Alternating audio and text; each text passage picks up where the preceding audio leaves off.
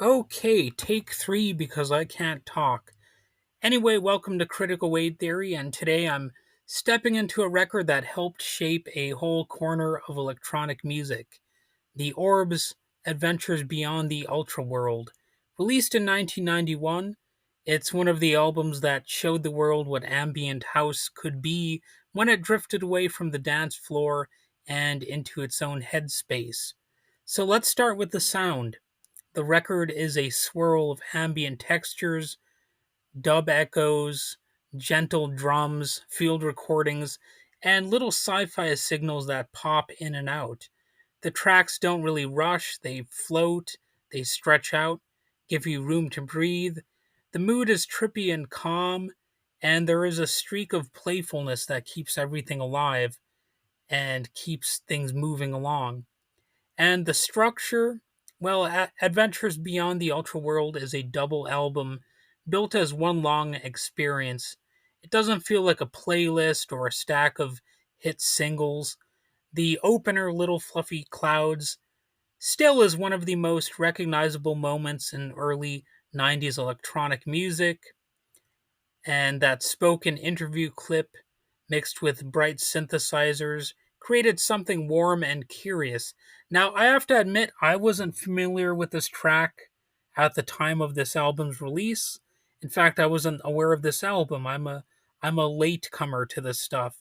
But nevertheless, all these years later, I have become a little bit more familiar with this album and the Orb, and another track has a truly memorable title, a huge ever floating, or wait, let me try that again. A huge ever growing pulsating brain that rules from the center of the ultra world.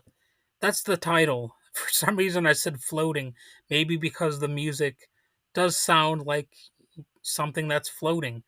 And there's a strange, stormy, and vibrant intro into a slow, glowing build. Then you get 18 minutes of it building and transforming over time. This is the same group that went on to make Blue Room. So, Blue Room, in its longest form, sprawls out for about 40 minutes.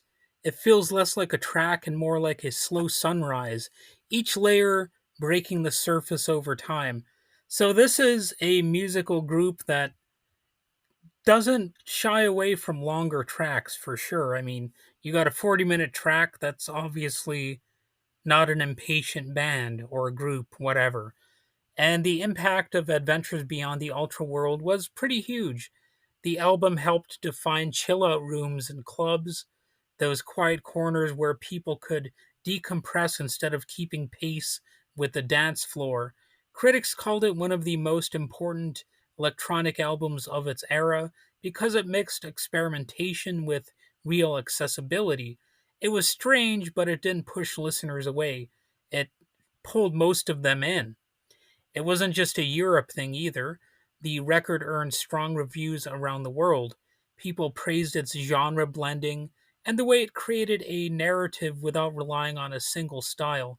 It's sort of like a concept album, but it doesn't really have the most lofty, discernible concept. It's ambient house dub, a bit of hip hop sampling, flashes of psychedelia, so it feels like a journey and also like a collage. The timing of it mattered too. The early 90s electronic music was full of new possibilities, and the Orb was one of them. They used sampling in ways that set the tone for future producers. Even after founding member Jimmy Cauty left, Alex Patterson kept the vision alive. Under his direction, along with contributions from Chris Weston and Andy Falconer, it gave the album its deep layered character, their creative collaboration. That collaborative spirit became part of the Orb's identity going forward. So, how does the album feel today? At the time right now, it still feels warm, still strange, still inviting.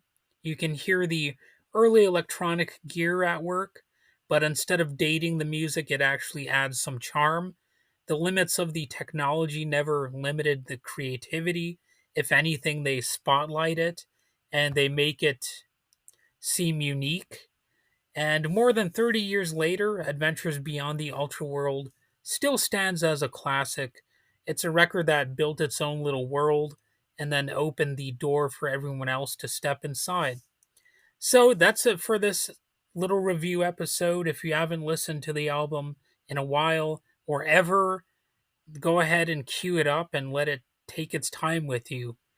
Remember, like I said earlier, I was late to the party myself. At the time this album came out, I was barely even getting into music at all.